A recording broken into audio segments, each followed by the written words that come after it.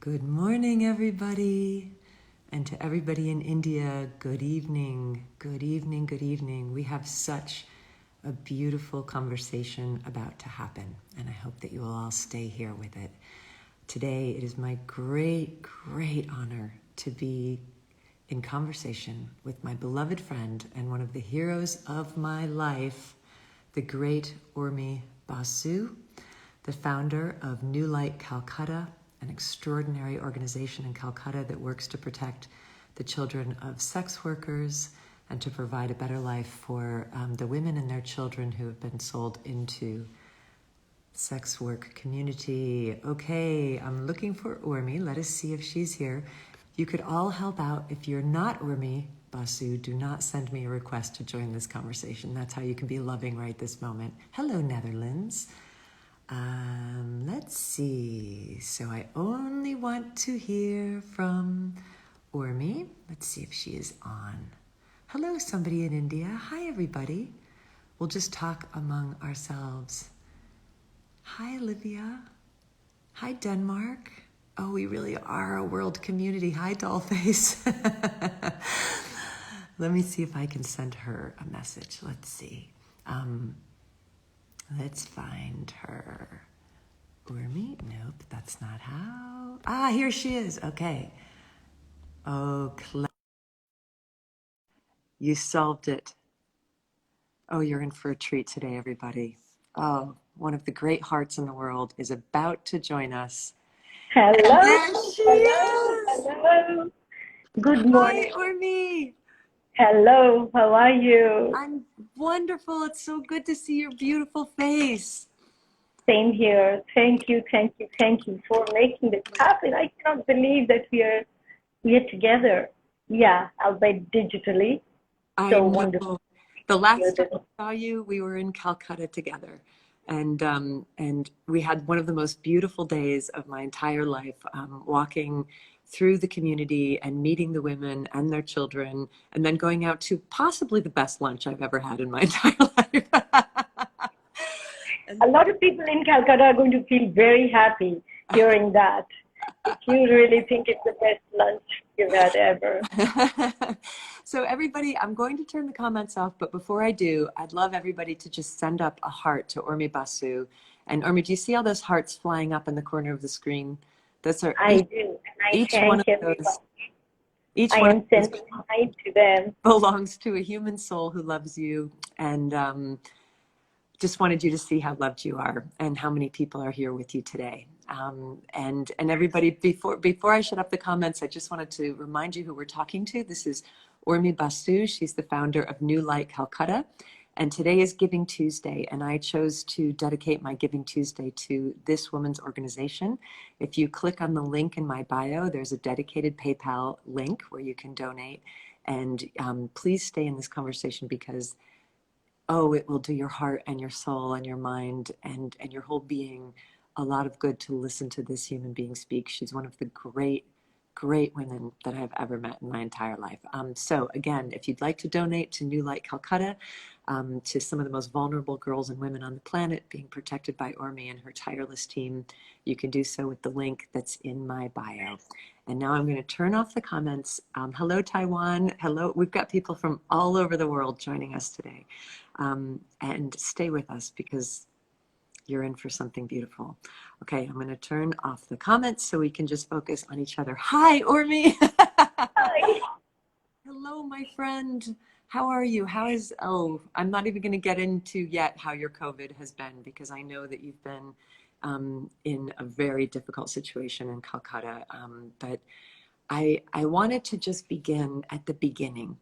And I know your story, and I don't think very many people who are watching us right now know your story. And you have one of the most remarkable origin stories I've ever heard about what led you to become an activist and a passionate defender of the vulnerable of the world. And I'm wondering if you can just set the scene for us and tell us about your childhood and where you grew up and who your parents were, and just start with that, and then we'll take it from there. I was born to a family of professionals. My father was a doctor and mom a healthcare professional. And I was born in Kolkata, which is my hard city, and I was educated here. It was a very kind of a loved and idyllic childhood, but things became very difficult when I was 9 years old, because that's the time when this city and this part of the country was going through a major political turmoil. And the word that we hear so very often these days, Maoist and Naxalites, that's the time when that movement had started. It started with good intentions, I believe, and then became something that disrupted our society like nothing else has. The political situation, the system broke down completely, and many, many young people, brilliant people, lost their lives. They lost their ways and they lost their lives. So on a March morning, 1971, 6th of March, I remember the day very, very clearly, while my father was in his clinic, a young boy was being taken away by another rival gang to be killed. The news reached my dad, and he ran out of the clinic and he intervened. He stood up against this big mob and saved the boy. My mom ran out after him, and in a few minutes, the mob turned at my parents. Our house was burnt down. My father was stabbed in 3 different places on his body, and my mom went out in search of help. For 7 hours, we didn't know whether she was dead or alive. The house being burnt down, it was very often when I these days see places on fire, that's all I can think of. And that morning, I knew that when you were confronted with a challenge, with a dark moment, you had to look for courage inside. Help was not going to come to you from anywhere else. Mm. So in later, 7 hours later, we reunited as a family. I lost you for a second. No, I'm right here. Ormy, can you just remind everybody for 1 second how old you were when this was happening? I was 9 years old. So you were a child of 9 years old. A mob was outside of your house. There was a riot happening. And yes, a young man was being pulled into the mob to be taken away and killed. And your father risked his life, knowing he was risking his life, to run outside and save this young man from the mob. At which point the mob turned on your family, stabbed your father, burned your house to the ground. All of this happening, I'm assuming, in immediate time, like an hour, half an hour. Like it must have just been your life in 1 second turned. Yeah. Yes. And we were later on, we were separated for about 7 hours because some other adults were looking after me and my younger brother. Right. So we had no idea whether my parents were still alive. But that's the day I realized you can actually fight fear. And there is nothing to fear, because the moment between being alive and not being alive is it's just so short, and it's just so fragile. And we all need to stay present to that. But every moment that we have is an extra. It's a bonus. It's a gift that we receive from our life, from life itself. I just find this to be I wanted to begin with this story because this is who you are, Ormy. And many people might have gone through an equally traumatic experience. And perhaps the conclusion that they would have come up with, especially a child, the conclusion might not have been, there's nothing to be afraid of. The conclusion might have been, there's everything to be afraid of. The world is terrifying. Your family can be taken from you at a moment's notice. Your house can be burned to the ground. I'm a helpless child in the world. And yet, this is the amazing divine spark of Ormy Basu, is that your interpretation of it as a 9-year-old child was, there's no reason to be frightened because everything can be taken away at a moment's notice. It's all so fragile. And your interpretation was, just don't be afraid. Live your life. Every minute of life is a gift. And I find that to be just one of the most incredible stories I've ever heard. And your entire life has proven that you've never made your decisions based on fear. That is why I like your take on fear so much, that let fear be with you, but let it be in the back seat. Yeah. Don't let fear drive your life. And that's what I keep sharing with so many of my young friends when I find them, facing challenges and not being able to move forward. And it's fear that holds us back. You could say this interpretation came to me because I'm an incurable optimist, and I always say, okay, today it's kind of cloudy, but well, there's going to be sunshine tomorrow. And there always is. Ormy, tell us what the next, your father did survive, but your family was never the same again after that, right? Did you move to another part of I can't remember then exactly, remind me exactly what happened.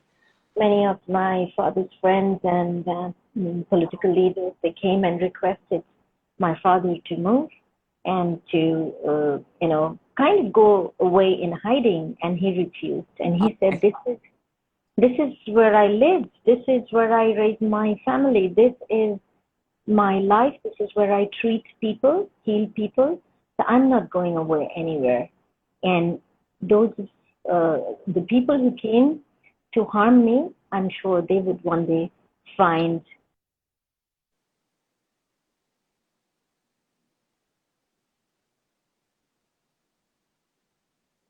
Just waiting for a connection here, everybody. We are going from India to New Jersey.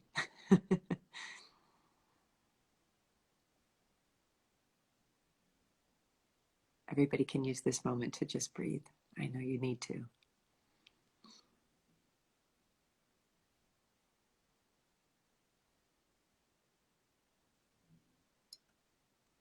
Okay, we've lost her. I'm going to see if I can get her back. Oh, so taking that first chapter of the story, everyone. One of the things I think is so, I have to turn the comments back on. Hang on, here we go. Okay, Ormy, if you can hear me, see if you can join us again. Thank you so much for the beginning. Here she is. Okay, great.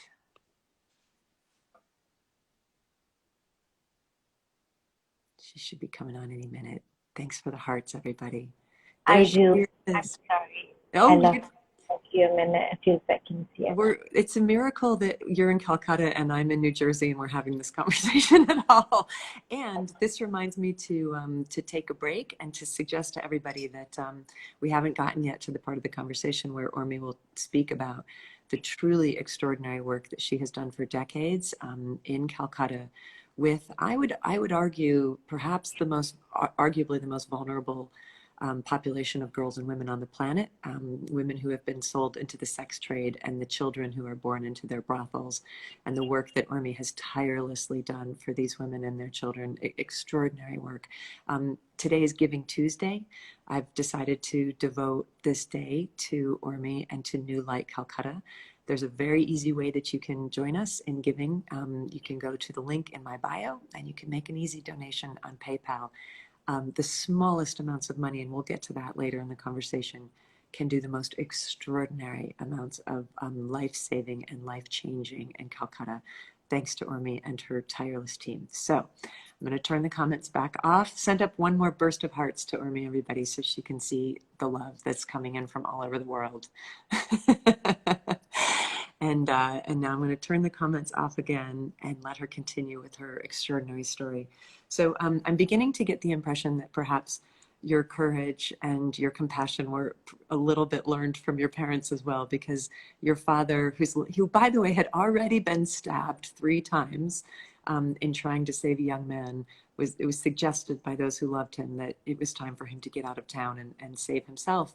Again, no one would fault him for doing that or for taking his family to safety. And he's like, nope, this is my community. Yeah. Calcutta is where I lived for however many generations. I'm not leaving. This is the community that I serve. I'm beginning to see how you became to be who you are. Absolutely. And it probably goes back a generation. That's starting with my grandfather, who was a British military officer, and he resigned his commission to join Gandhiji in his struggle, freedom movement, and later on set up a school for Dalits in our family homestead in Nagpur, which is now in Maharashtra. And I think people say we inherit things from generation to generation. What I probably have inherited is a bit of courage, and to know that courage has to be used. You cannot hold on to it for yourself. That's meant to impact other lives, to change, to show direction, and to leave a world a little better than we found it. So, for those of you who don't know, Dalit is the caste term for what we would call, what you might know as the untouchables, and so this is a very good demonstration, by the way, to Americans who are in a moment of great social unrest. This is what allyship looks like. This is what real allyship looks like. Her grandfather resigning his post with the British Army to come and work for Gandhi. You can't demonstrate better allyship than that in terms of choosing the correct side of history to be on, without a doubt. So, so you're growing up in this family, and your father stays. And isn't there a story about some of the young men who had attacked him coming at some point to ask for his forgiveness? Is there? Can you tell us that story? 2 weeks later, after this incident happened, while we were still recovering from the shock, we were living in other people's homes, and my parents' friends were bringing us food because we really didn't have anything. And my father lost his chamber, all his collection of books. And what I missed most from that is a portrait of Angela Davis that used to hang in my father's chamber. Wow. I get goosebumps just even thinking about it. And if anybody were to ask me, what from that incident you miss most, I would say it's that image, that portrait. It was a black and white picture of her. And now when I've seen her, and it's like I had an immediate connect. Wow. I'm talking about 50 years ago. Wow. Wow. I've had an incredibly privileged life. I've been born to my parents, and maybe that's what propels me to do the work I do. So the group came and they apologized. Yeah. And later on, I remember my father even helped them to find jobs, and it was a way of showing people that compassion and forgiveness are virtues that can change the world. And I learned a lot from that. I think that's what my life is based on. And how did you begin? So you got a degree in sociology, and then how did you begin your work in the red light district of Calcutta? What was the origin of that work? And I know you started New Light with some ridiculously tiny amount of money, like 5,000 rupees. 5,000 rupees. About I think maybe about $60 today. $60. Okay, great.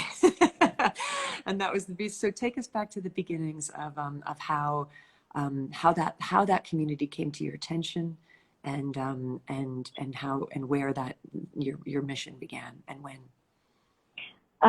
So my father, even though he was convinced that he would have a very long life, was diagnosed with cancer 2 years after this incident, and then passed on at the age of 51, leaving my mom to raise three siblings. I took my first degree in sociology, but by the time I went to college, I already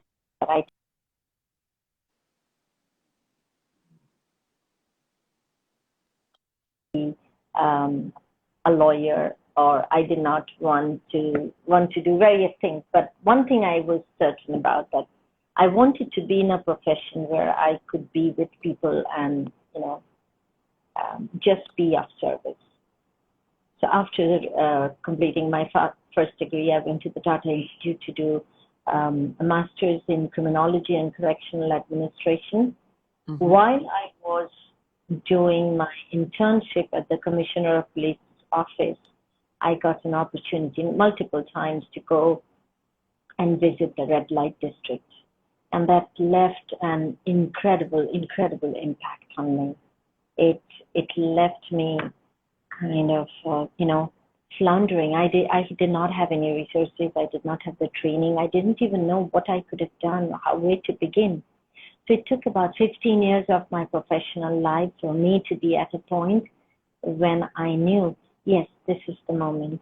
And that happened in 2000. In the year 2000, I found myself walking down the lanes of Calicut, and the images that I saw did not leave me with an option not to do anything.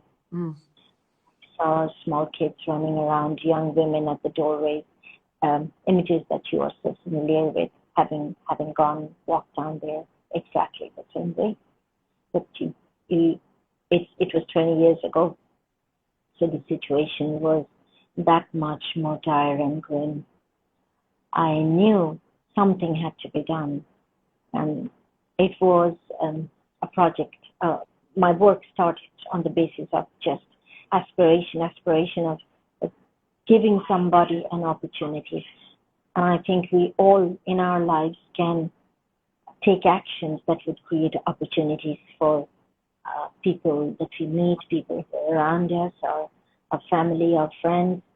So opportunities is the key word here, because the red light districts of various cities and the towns and suburban areas of India have been there for eons. Everybody knows about those places, but people rarely go in there and try to change the situation. Can you tell us what you saw? And I know that you mentioned that I've been to that neighborhood with you, but I know that that neighborhood, thanks to you and your team, is a much more elevated than it was 20 years ago, and it was pretty harrowing what I saw. So can you describe the conditions in which these women were enslaved, and in the conditions into which these children were being born, and the prospects for those children? The approach to our office, I call it the office or the shelter, it's a 4 feet wide lane, and with doorways on both sides, doorways to dwellings that are about 8 feet by 5 feet in dimension. And that's all the space the women have to cook, to clean, to raise their children, and to nurse their ailing family members, and everything that they do. That's all the space they have. And very often those spaces are not owned by them. Those rooms are rented out sometimes on hourly basis, or sometimes they can rent by the week, and they have to pay for everything else as well. Like if they have an electrical fan, or if they put on a light switch, a light bulb, they have to pay for those things additionally.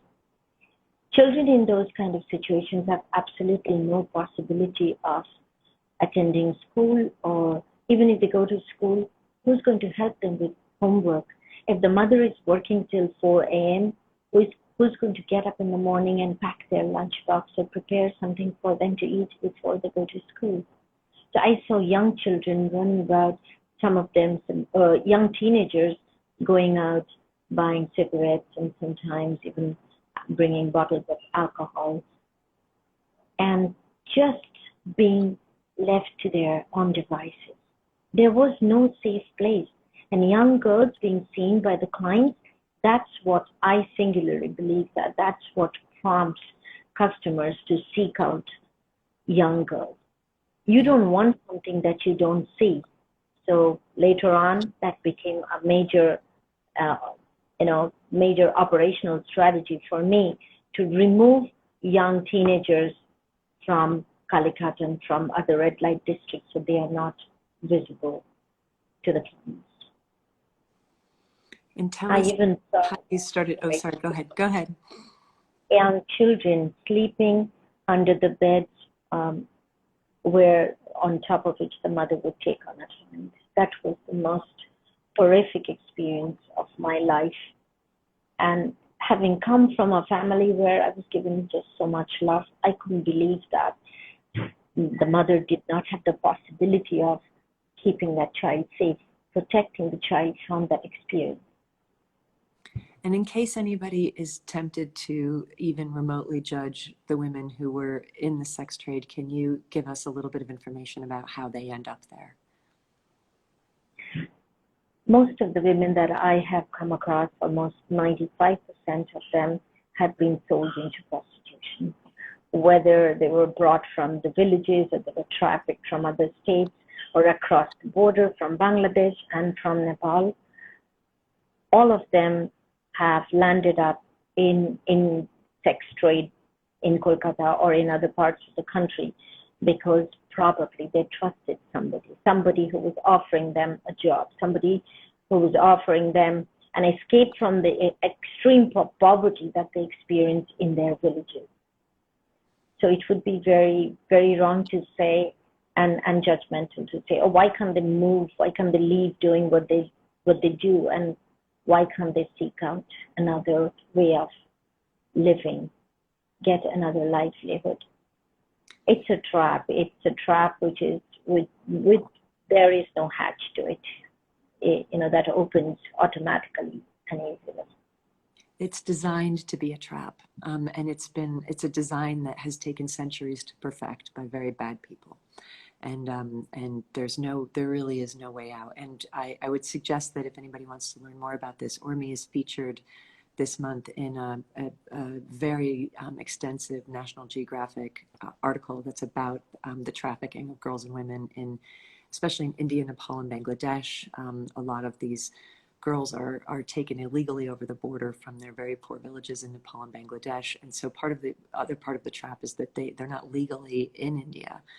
So if they were going to run away, where would they run away to? They're often illiterate. It's a trap, and then you explained to me when I met you in Calcutta earlier this year, it's a multi-generational enslavement.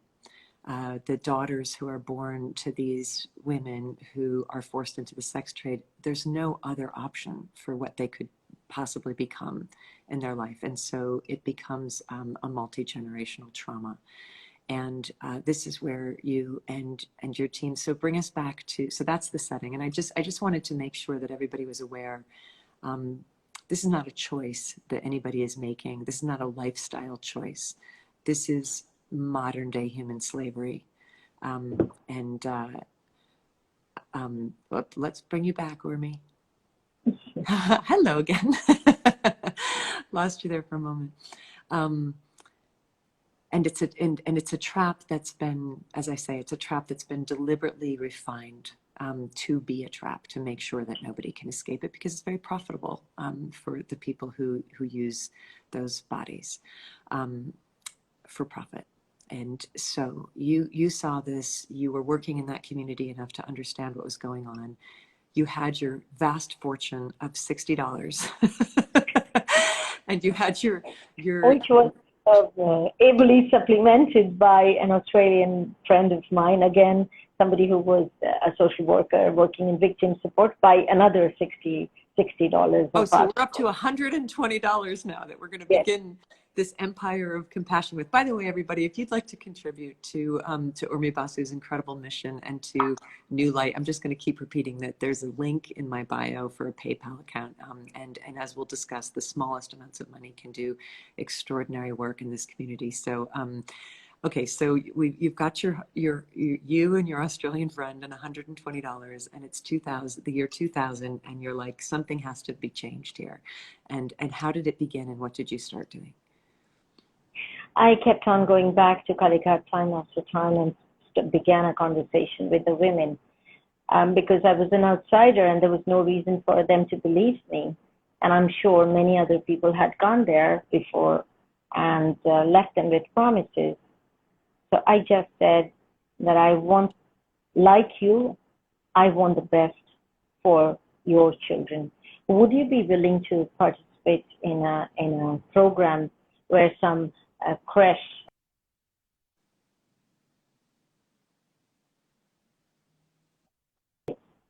And of course, not having any money, I could not hire any professionals. I couldn't consult with, statisticians and people who do these development studies and advice as to how you can, you have to have a sustainability plan for 25 years. Well, I don't know where I'm going to be in 25 days or 25 hours. So sustainability plan is something I always take with a pinch of salt. Anyway, so then I convinced him that the kids would be better off being in the care of other adults. And those adults meant women who had already exited from sex trade or were older women. And for them, livelihood was renting out their rooms to younger women and taking that money and surviving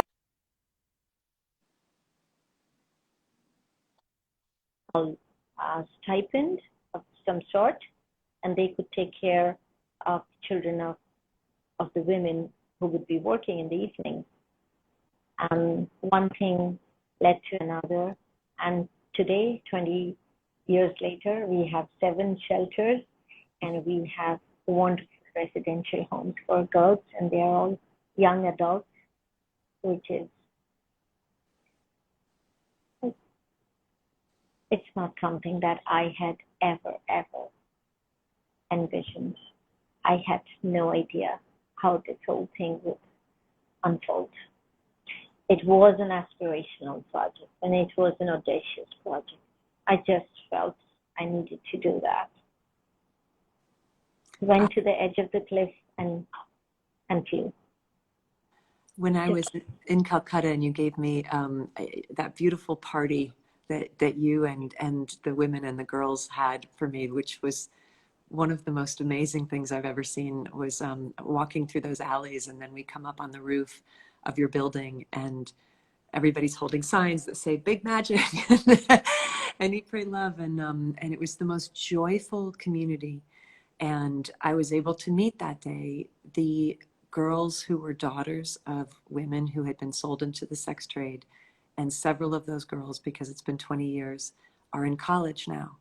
And I'm wondering if you can tell me about some of those young women, because we're beginning to see really the fruits of that 20 years of difference between the lives that those girls will live and the lives that they would have been doomed to live.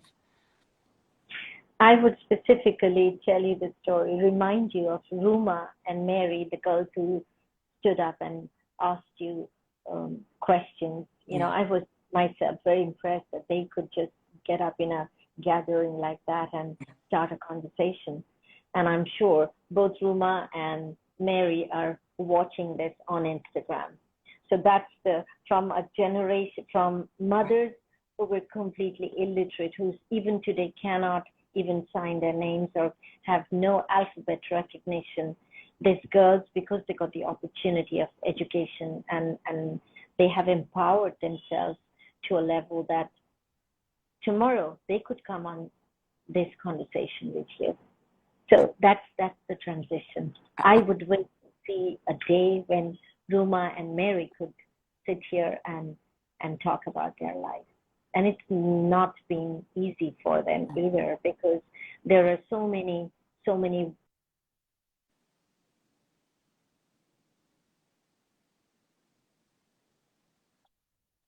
them to remain in that situation, because it benefits, all the stakeholders.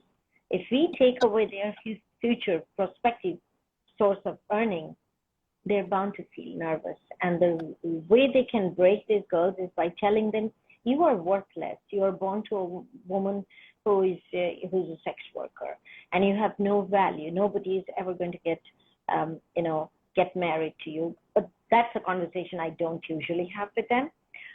So when we talk to the girls, me and the team, we tell them that you are capable of doing everything. And that's a conversation. We bring stories of women around the world who have had it extremely difficult, and then they have risen from the ashes and done something with their lives.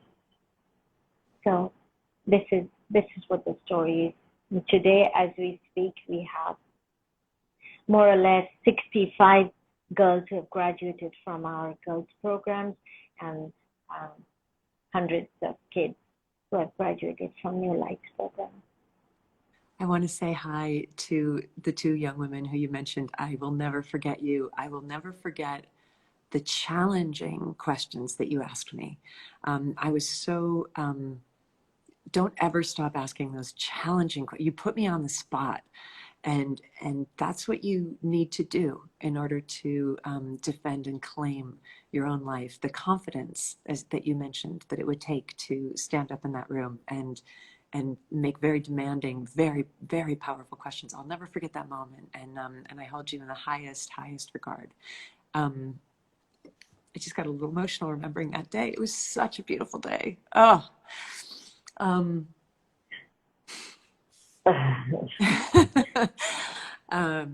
The next thing I wanted to say is that one of the guests who I've interviewed recently in the last few months is a woman named Dr. Tara Rai Trent, who wrote a book called The Awakened Woman. And I'm just thinking of her and the story that she told about rising out of poverty from Zimbabwe to end up getting her doctorate degree and going back to teach. And her mother, who was illiterate, said to her when she shared her dream of, after already, by the way, having had 3 children, because she was married off at the age of 14,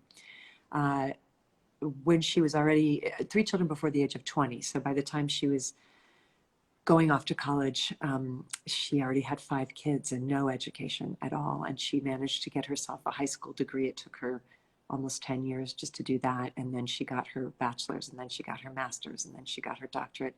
But her mother said to her, the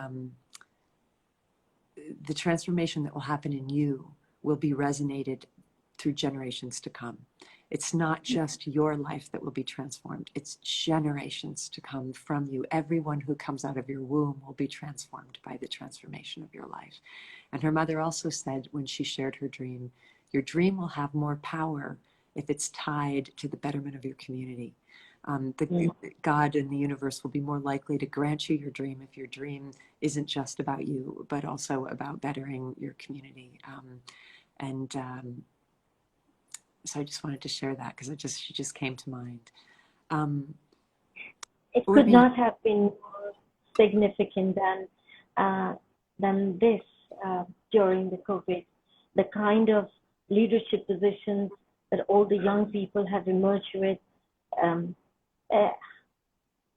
have been extraordinary, because I never expected them to do what they did for their community.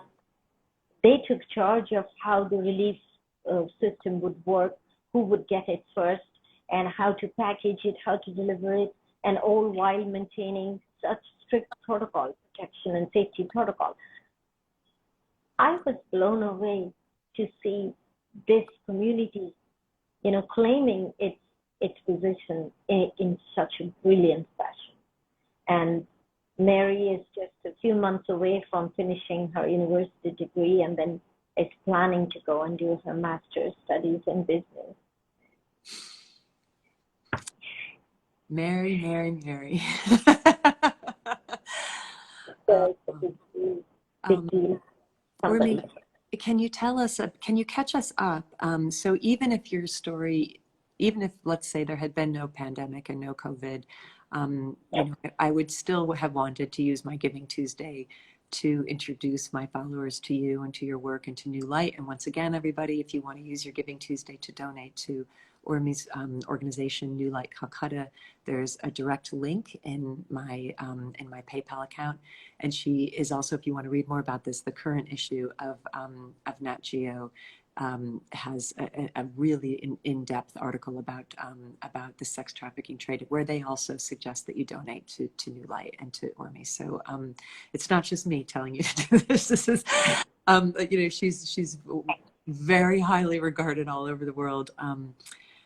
So even without the stresses of the pandemic, this was one of the most fragile and vulnerable communities in the world. Can you tell us how COVID affected that neighborhood and what you've seen happen to those families? And India, of course, has been particularly singled out by the coronavirus. It's been brutal for the entire country, but as always, it is the most vulnerable population who suffers when disaster strikes, because they're always one meal away from not having anything to eat on a good day. So could you just let us know what you've seen and what you need? The lockdown was put in place on the 24th of March in India, and nobody actually understood anything about it. People had no prior experience of what lockdown would really look like. So from one day to the next, everything stopped. The trains stopped, the buses stopped. The shops were all shut. So, and of course, before the lockdown was put in place, many of the people who come in as customers, they went back to their homes, because Calcutta has a huge migratory labor population, which often goes and takes, they get sex for payment. So that's how the whole industry operates. So as soon as the lockdown happened, the girls lost their customers, and which meant they had no money. They had no money to pay room rent. They had no money to buy food. They had no money to buy medicines. And there was the whole community felt trapped and frozen. And having gone there on day 6, I sensed such a deep sense of depression. People had no energy, and it was like as if they had no will to move anymore. And that was the saddest thing. On top of that, the constant fear of any one person coming in with the infection and not knowing how many people were going to get infected. Surprisingly, all the mothers who constantly keep on telling us, I want to take the child away for the weekend, they called up and they said, please keep my child at the shelter. I know she or he will be the safest at the shelter. So it was for us keeping about 120 kids safe, and all the adults and the entire community. We became the team. New Light team became like the the police force, going from door to door and telling people, no, you cannot step out. Whatever you need, you tell us. We'll bring it to your doorway. If you need any medical help, tell us. This is what we can do. These are the services we can offer. And it was a community on starvation. It took a fair amount of time for the government to work out the system through which relief could reach them. But I'm extremely happy, thankful to have been New Light, to have been the first group to bring relief. And when we closed, we were counting the meals served. We have served more than 850,000 meals. And it continues. People have been generous, people have trusted us, and people also kind of passed on the responsibility to groups like ours, people who were already doing this work. But this relief work has been unlike any other. 2 months later, we also had the super cyclone Amphan, which wiped out large parts of South Bengal. And the geography of Calcutta is such, and in that neighborhood, when the monsoons come, those tiny little rooms that those women, those 8x5 rooms that those women live their lives in, service their customers in, raise their children in, they tend to be submerged by water anyway.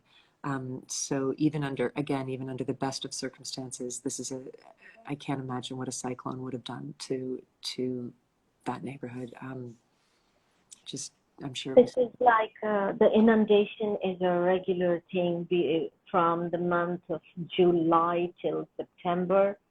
That entire area gets submerged for twice a day for 3 or 4 days during the full moon and the new moon cycle. So this is something people have to live with year in and year out. Most of the beds, if you peep into those rooms, are raised on 5 or 6 bricks. So the things are kept under the bed, and as the water rises, they lift up the things and stuff everything on top of the bed. Not sleeping for 3 or 4 days, because it happens twice a day. It's an existence that nobody should be that place. It's not a just world if we let this continue. Ormy, how can we help you? How can we help New Light? And if people choose to donate today, and again, the PayPal link is in my bio. Tell us where that money will go. I remember my heart breaking at the small amounts that are needed to give such relief to people, and I'm wondering if you could help us understand that a little bit. See, $1 feeds somebody the whole day. Yeah. $200 buys medical supplies for somebody who's critically ill. $400 keeps a young adult in school, in university degree for the entire year. Did you hear that, everybody? For $400. And I know $400 is no small amount of money, but this is a university tuition for an entire year for a young woman who is a young woman like Mary, like some of the young women who I met who are breaking generational enslavement of women and earning their agency and their power in the world to transform everything around them for $400 for an entire year of university education. I know that when we think about giving, we're always like, is there going to be an impact? Is there going to be there will be an impact. If donating to New Light, there will be an impact. I can assure you of that. Absolutely. Ormy, I want to ask you. I want to go back to you and to the light that you radiate. I remember that when I first met you in Rajasthan at that women's conference, and you were just like, whoosh. I always say, light never lies. It's one of my rules. Light never lies. You can see it. You can see it in people, and it can't be faked. It really can't be. And when it's there, I'm always drawn to it. And I always, whenever I see that in people, I'm always like, I want to know her. I want to know her. And I want to know where, and this might be a spiritual question. It might be an intellectual question. You can answer this however your soul answers it. Where do you get your light? And how do you keep your light burning? Especially given all that you've seen. You have not burned out. 20 years of very grueling, sometimes very heartbreaking work in one of the most vulnerable populations in the entire world, and you still shine, and you shine for everybody. I spent time with you, and I see that light does not seem to go off. So tell us about it, and what practices do you maintain to keep that? Where do you find your strength? And where you're about to launch. I'm going to bring Tiffany on later to tell us more, but you're about to launch a series of conversations that you're going to be hosting called Women Inspiring Women, and let us know where your inspiration comes from and how you shine so brightly in this sometimes very dark world.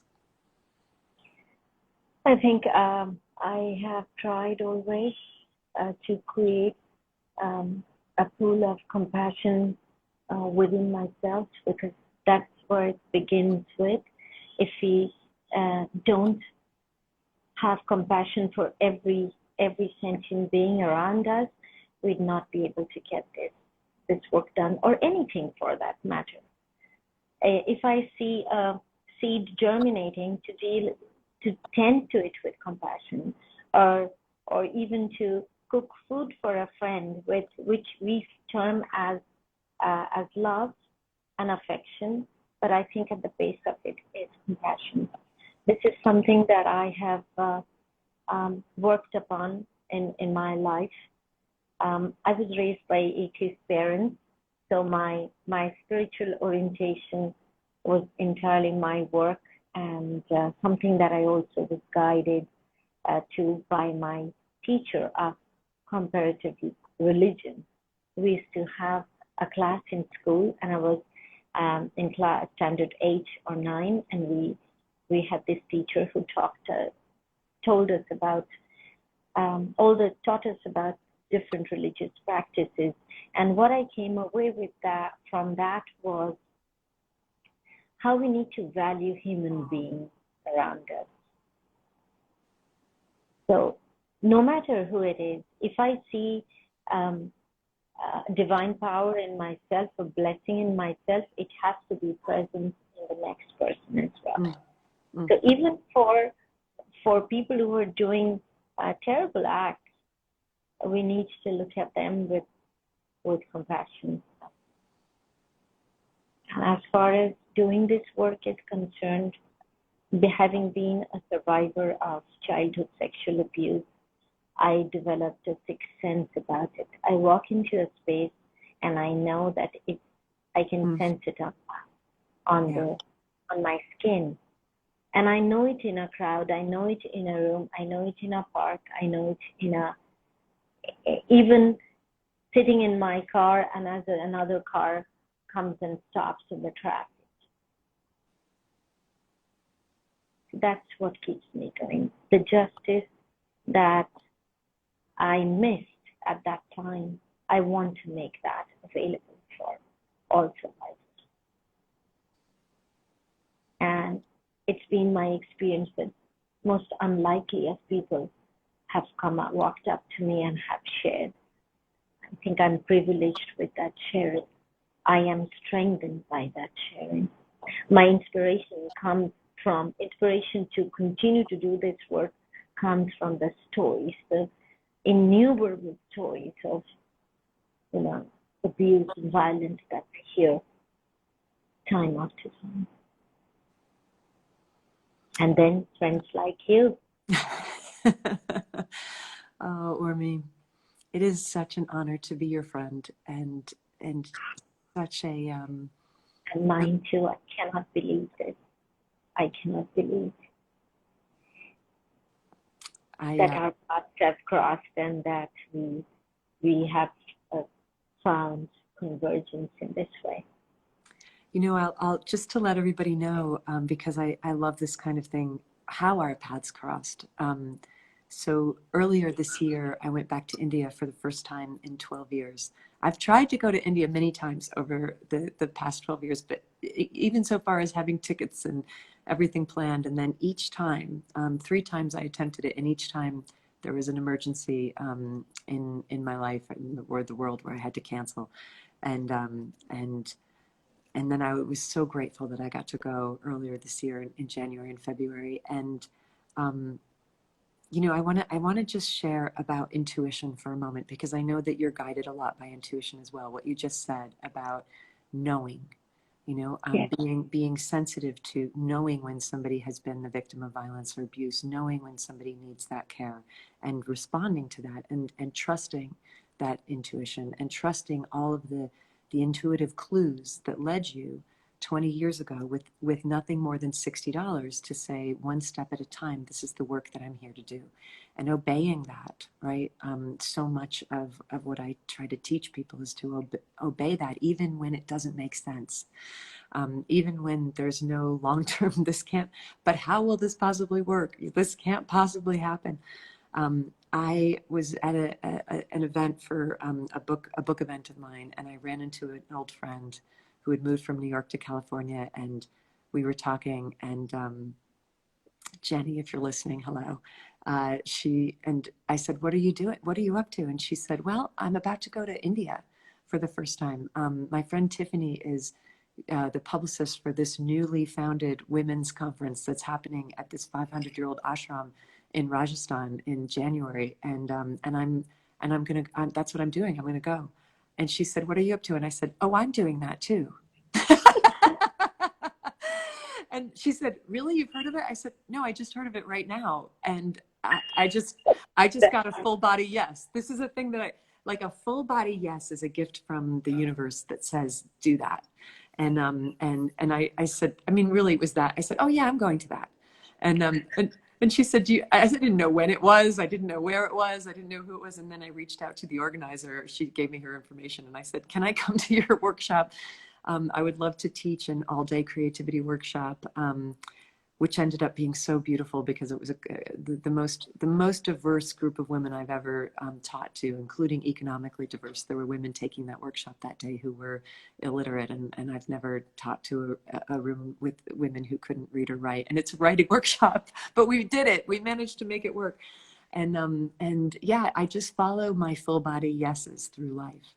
And because I followed that yes to Rajasthan, which is not even where you're from Calcutta, and we were both freezing cold in the bitter cold winter of Rajasthan, bundled up. I met you and saw your light, and then followed you to Calcutta, and we had that extraordinary experience. And now, much to my joy and honor, I'm able to introduce you to my followers, who I can say, without hyperbole, are the most generous and loving and kind corner of the internet that you're ever going to encounter. So to me, this just feels like the best introduction in the world. Thank you.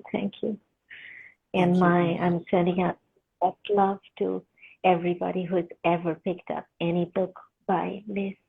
She's the one who makes this magic happen. And I must say, I am her. I can claim to be her biggest fan, but I'm definitely part of that big group of people who are her biggest fans. Oh, I love you so much. I'm going to turn the comments on because I just want you to just have a moment to see the hearts and to see the love that's coming to you from all over the world. I think sometimes people like you get so busy giving love that maybe you're not aware of how much of it there is for you coming back. So that pile on of hearts that you see, and everybody is just this is just people from all over the planet saying how much they love you and admire you, and I am your biggest fan, without a doubt. So ormi basu, everybody, if you want to join the incredible work that ormi does for the most vulnerable female population in the world, the women who have been sold into sex slavery in Calcutta, and their children whose lives are being changed. Some of them are watching today, whose lives are being changed through education and through love. There is an easy button in my link where you can donate to New Light. And as we said, $1 will feed a person, $1, and $400 will send a girl to college, and that will truly change our world. So, Ormi, thank you. It is I can't wait till I see you again in person. Who knows when people will get on airplanes again, but you know that I'm never going to stay away from India. The gypsy that you are will take you, will see you, in different parts of the world.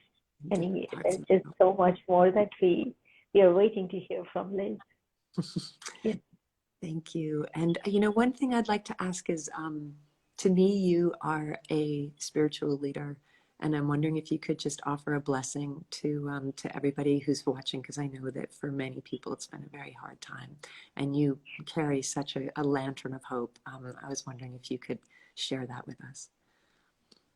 I send out deep sisterhood and courage for you to get through the most difficult of times, and know that there is love to be found at the longest journey that we make, no matter how many days, no matter how long it is, and that we all are blessed by divine grace. I want that for all of you, and pray for everybody's health and safety. Thank you, everyone. This is Ormi Basu, Urmi Basu. Somebody was asking how to spell your name. and her organization is called New Light Calcutta. There's a link to donate, and I'm going to very sadly say goodbye to you right now, but I'm also very happy because now I get to bring on my friend Tiffany for just a moment, who works with you, and she is a fire plug. She is a spark plug of energy, and she is the person who introduced me to you, and she's going to be helping you host an ongoing series of conversations called Women Inspiring Women, talking about activism and the work that women can do in the world. And that will be hosted on the New Light Calcutta Instagram account. And I'll put a link to that when I post this permanently. But I'm going to bring Tiffany on to just explain that for a moment. And I'm going to say goodbye to you. I love you so much. I'm just wrapping you in the biggest hug. Thank you, thank you, thank you for everything that you do and give. We love you with all our hearts, Ormy. Thank you. Blessings for everybody. Bye, sweetheart. Okay, so Ormy's going to sign off, and I'm going to see if I can bring Tiffany on. So you've got to say goodbye to us, Ormy. I can't say goodbye to you. How do we do this? Yeah. Okay. It should say end somewhere there. There she goes. Okay. So now, Tiffany, my love, are you there? Let's see if we can get her on. So I only want to see Tiffany request. So if everybody else could. Oh, India Ability is on. Oh my God. Wow. Hi. Oh gosh. Good morning, everybody. Let's see if Tiffany is here. Maybe she's having trouble. This is her first time going on Instagram Live. I'm going to give her one more moment. And if it doesn't work, I'm going to do something radical and I'm going to sign on to India Ability. Hi, Laura. Oh, I'm seeing so many friends. Tiffany, there she is. Tiffany Brookfest.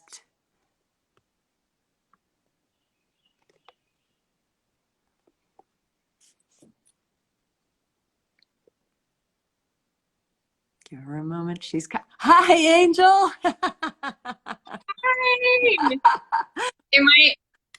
I see myself frozen. You're okay. I see you. You're perfect. Okay. Okay, great. Oh, Liz, thank you so much. Gosh, what more could I add? To be honest, I went, why am I coming on again? You're coming on to tell everybody about the, everybody, this is Tiffany Brookfest. She's awesome. She has devoted her life to service and to travel. And I believe right this minute you're in Croatia. Is that correct? Because you will not be stopped by a pandemic. She sent me a text and she was like, there's only a few countries in the world that will allow American visitors, and one of them is Croatia, so I'm going. You are such a relentless, tireless, brave female solo traveler, and everywhere you go, you bring love and light and volunteer work and service. And it's because of you that I was able to go to Rajasthan to that women's festival, and it's also because of you that I was able to meet Ormy. So part of this is me just saying thank you. And now tell us what you and Ormy are up to. So you've worked with New Light Calcutta for a long time, and tell us about the conversations that you're going to be hosting. Yeah, so obviously we're just so thankful that you kicked it off because, as you know, Ormy and I are both new to IG Live, so you just gave us like a really great lesson. You did great. Thank you.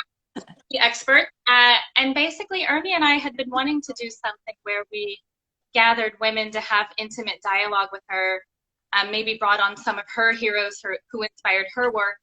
And then, of course, she's one of my heroes, and as are you. So it was sort of started as this nebulous idea, and then you said yes, and we decided to do one a month for 12 months.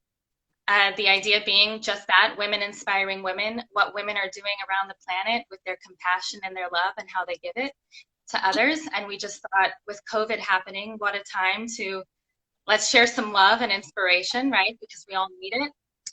And so I kind of just wanted to use your platform, since you're letting us, to engage your followers and see if they might join us, obviously on Ormy's page, the New Light Calcutta page, because we'll be posting when our next conversation is. And the next one we actually scheduled a bit early. It's going to be October 13th. We're going to move it to 10 a.m. Eastern Standard Time. And it's going to be with Smita Sharma, who was the photographer on the National Geographic feature that you touched on. So when you guys read it, you'll see some I want to call them beautiful images, but they're harrowing and also disturbing images, but they come from Smita. And we're honored to have her join us next. And so I sort of wanted to just reel you in with that information and give you just a little tidbit on who she is. So I'm going to read what I wrote. She's a photojournalist and visual storyteller based in Delhi. She's a fellow of the International Women's Media Foundation. She's been awarded by One World Media, which covers stories in developing countries. Her work has been featured just everywhere, National Geographic, like the one that we have this month launching with Ormy and New Light, the New York Times, Time Magazine, the Wall Street Journal, and the Human Rights Watch, which is a global movement to defend human rights, investigate abuses, reveal truth, and advocate for change around the world. So she's just another prime candidate of a woman like Ormy who's out there making a difference. And we want to keep doing these conversations and hopefully bring your followers, Liz's people, to our page and hope that you'll join us for the next one. And it's really another way to continue to advocate for New Light. You know, we really want to continue to get them funds this year and every year. So I think anything we can do to continually bring New Light to the world is important. Thank you so much, Tiffany. I'll be there listening to that conversation, and I'm going to give one last push. It's Giving Tuesday. And this is my last urging for you to donate, if you can, to New Light Calcutta, to Ormy Basu's extraordinary organization that helps some of the most vulnerable, fragile, and abused women in the world to transform lives and end the slavery of intergenerational sex trafficking. So the link is in my PayPal account. And I am just so delighted to have had this time. It's so nice to see your face, Tiffany. So nice to see you. And if you I'm want going to send you a beautiful image of Croatia just to get you jealous again. I have a new. Well, she sent that. Wait, is it out your window right now? No, it is. Are you looking at you're looking at King's Landing, basically, right? I switched. I was stuck in an island, and then I've just landed in a new location. I'm in an island with like the most stunning ocean view. Come on. For those of us who are in New Jersey, let's see. Come on. What you got? I'm going to open the door. Oh, my God. Come on. Could you die? Oh, Lord. Oh, Lord, have mercy. That is beautiful. So that, yeah. I landed today.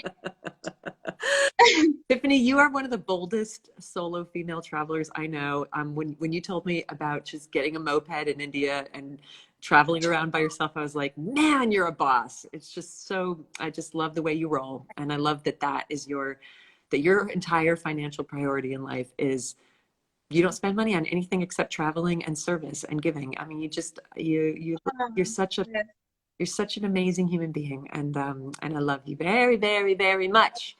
So I'm going to sign off now. Thank you, everybody. This has been beautiful. Thank you for the love. Thank you for joining this conversation. And let's keep going together. Follow us on New Light Calcutta, everybody. Thank you so much. At New Light Calcutta. And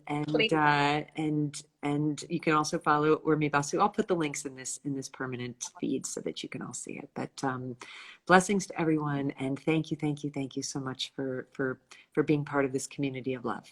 Okay. Take care of everything, everyone, but mostly yourselves. Okay.